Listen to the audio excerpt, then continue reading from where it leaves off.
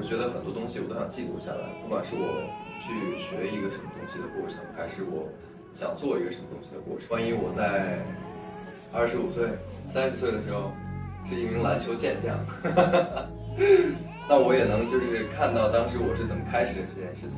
我是觉得就是想通过一种比较记录的形式，能够让大家更了解我想做的是什么事情，我想说的是什么。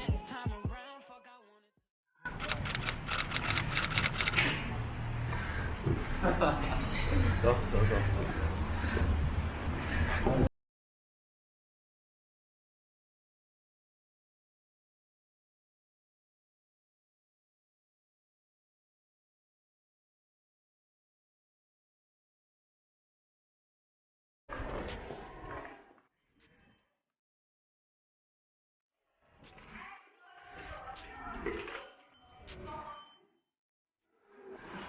挖机机挖的，你今天来开会。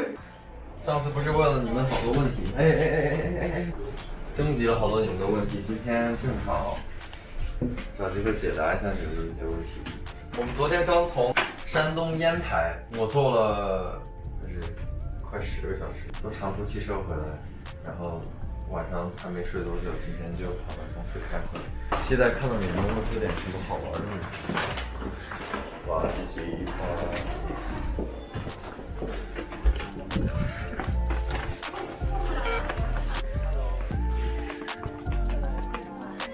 音乐，吃的小火蛋，我得上厕所。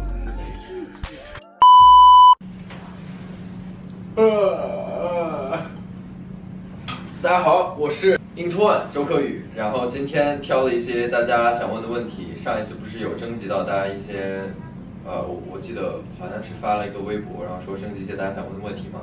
今天就选了一些出来，然后接下来可以给你们做一些解答。周丹不会要做 QA 的 vlog 吧？预言家刀了，对，这个就是一个 QA 的 vlog， 也不完全是吧？HX 是花絮的意思吗？可以这么理解吧？你们怎么理解它就是什么意思？其实我自己也不太清楚什么意思。然后第二个问题，分享一下歌单。我个人认为有好多很值得给你们分享的歌，然后主要是因为一些版权问题，所以没有办法直接分享给你们。但之后我会找一些别的方式分享给你们。第三个问题，如果可以离开娱乐圈，回到最初的起点，最想做的工作是，就会在这个行业，然后在别的地方去做一些自己喜欢做的事情。对，第四个问题，如果情绪不好或者遇到麻烦的事情，你会怎么调节自己的情绪呢？或者说你释放压力的方法是什么？可以分享一下吗？我没有压力，我没有情绪，多吃饭，多睡觉，想点别的，对吧？看个电影啊，听听音乐啊。我觉得音乐对我来说真的是一个挺好的，就是情绪的出口。我可以通过听不同的歌，不同类型的音乐，然后来找到一个调节自己心理的方法。对，第五个问题，什么时候开始学英语的？我大概是在小学5年级的时候开始接触英语这门语言的，在那个之前我都是完全不会讲英语的。然后我学英语也挺坎坷的，因为没有从小就接触这门语言嘛，所以一开始特别困难。然后我可以给你们分享几个有效学英语的方法。首先，一门语言需要掌握的就是听说读写嘛，对吧？这4门，首先要攻克的，其实比较重要的就是听力和口语，因为这个是你在和人沟通里面最需要常用到的2种。听力这个东西怎么去练？很简单，看美剧、看英剧，或者说看很多电视剧，去找极其生活化的电视剧，比如说什么《生活大爆炸》啊、《老友记》啊、《废柴联盟》啊。就是类似这种贴近大家生活的这种剧，因为在看这些的同时，你也能够看到很多文化上面的东西，就是他们可能有一些很多比较 local 的那种 slang， 你是能直接看到的。然后还有一个就是 vlogger， 就是有那种记录自己生活的人，去看这些呢，其实间接性就等于说你可以身临其境那个环境，然后去感受很多他们生活当中的就是一些平时用到的口语啊，或者是交流方式，大家怎么开玩笑的，怎么去表达自己的。但是有一个前提，就是你不论你看任何东西，我觉得都不要开字幕。即便你一开始会很多东西听不懂，但是你很多东西也可以意会得到。然后口语呢，就是这个东西就比较有意思，因人而异。有的人他可能就比较自信，就不论他的口语水平高或者是低，他都愿意去讲，他都敢于去说。但可能我当时就是对于口语这个事情很没自信，所以我经常做的一件事情就是我会自言自语。我上下学的路上，我会跟自己用英语对话，我会问自己：你今天吃了什么呀？有什么作业啊？今天怎么样啊？交没交到新朋友啊？等等等等之类这样，然后我再自己回答自己的问题。时间长了，你就会发现这些东西你就可以运用到和别人的对话里面了。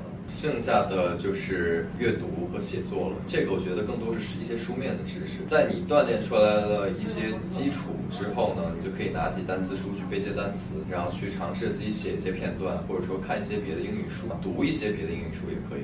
整体来说就是这样，因为我不是很系统性的学的这门语言，我是那种比较野路子、随心而遇的。语言这个东西其实自由度很高，不用把它当成一门课去学，更多就是自己去感受。哦，对，语言环境这个非常重要。如果你身边没有一个这种很良好的语言环境，你要想办法给自己塑造一个良好的语言环境。你每天看什么东西，听什么东西，写什么东西，你都可以自己决定，自己可以尽量给自己营造出一个偏沉浸式的环境，这样你学的会更快一点。近期最想提升的技能是什么？我最近有看很多篮球比赛，我最近看了好多 NBA、CBA， 还有 NCAA， 就是很多就是各种联赛的这种篮球比赛，然后也看很多球员的比赛集锦，包括我也看到了很多就是这门运动的历史，每个时间段什么样的队伍、什么样的球员之类的，看得还挺热血的，挺想去开发运动，找一门运动自己去出汗。以前唯一会做比较多的保持的就是健身，还有一个原因就是因为最近看了冬奥会呢挺振奋人心的，看下来就是有很多冰雪运动，滑雪啊、花滑啊，就我觉得是因为这些事情给我的刺激也挺大的，因为看到了很多这种优秀的运动员，也想找一下自己在运动方面的一些这种天赋吧，如果有的话。然后还有一个就是我去创造营之前有一段时间很沉迷于音乐制作，那段时间我专门为了学这个自己去钻研了很久，最近也挺想把这个事情延续下去的，因为后来从节目出来就有一段时间经常忙跑通告什么的，然后也没有机会坐下来好几个小时去一直钻一直去看。我最近呢可能还得提升一下就是推理的这个技能，对，就是尽量以后在逻辑和思维这块也想提升一下。对，2022最想完成的一件事是什么？2022最想完成的一件事，有机会的话，我想开一个演唱会吧，和银突然一起。2022，其实2022有很多想完成的事情，就这个也包括我当时会来征集大家的这个问题，为什么会今天坐在这里跟大家去聊这些，也是因为我有想去记录下来很多东西，但是在我开始去做这件事情之前，我有想过要不要听一下大家的意见，比如说你们对什么东西比较感兴趣什么的，是因为我觉得我们的生活当中其实很多时候都需要表达自己，然后表达自己的机会其实有时候并不多，生活当中每一天都在不断的表达自己。我是觉得很多东西我都想记录下来，不管是我去学一个什么东西的过程，还是我想做一个什么东西的过程。比如说，对吧？万一我在25岁、30岁的时候是一名篮球健将，那我也能就是看到当时我是怎么开始这件事情嘛。我是觉得就是想通过一种比较记录的形式，能够让大家更了解我想做的是什么事情，我想说的是什么，我是一个什么样的人。2022年可能比较想完成的也有这件事情。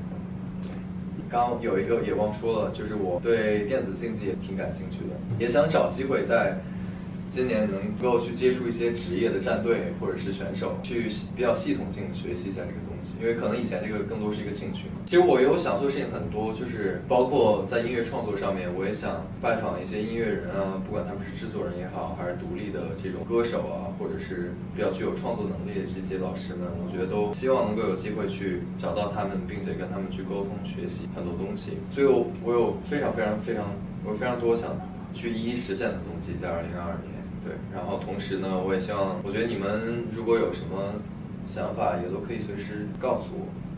第几个问题了啊？不重要了。有什么一直想做但还没做的事情呢？有什么一直想做但还没做的事情呢？周游世界吧。柯宇20岁有什么想做的吗？柯宇还没20岁。可以20岁想周游世界。最后一个问题，怎样可以变得和你一样白？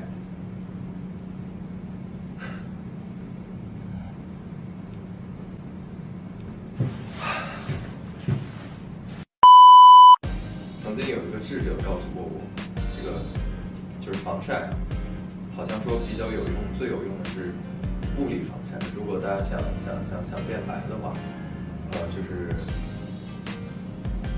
早睡觉，然后少晒太阳，把自己包的严实一点。这个事儿我确实也没啥经验，因为我自己本来也不是很白，对，所以这个问题我就当一个玩笑看就好了。OK， 差不多就这样。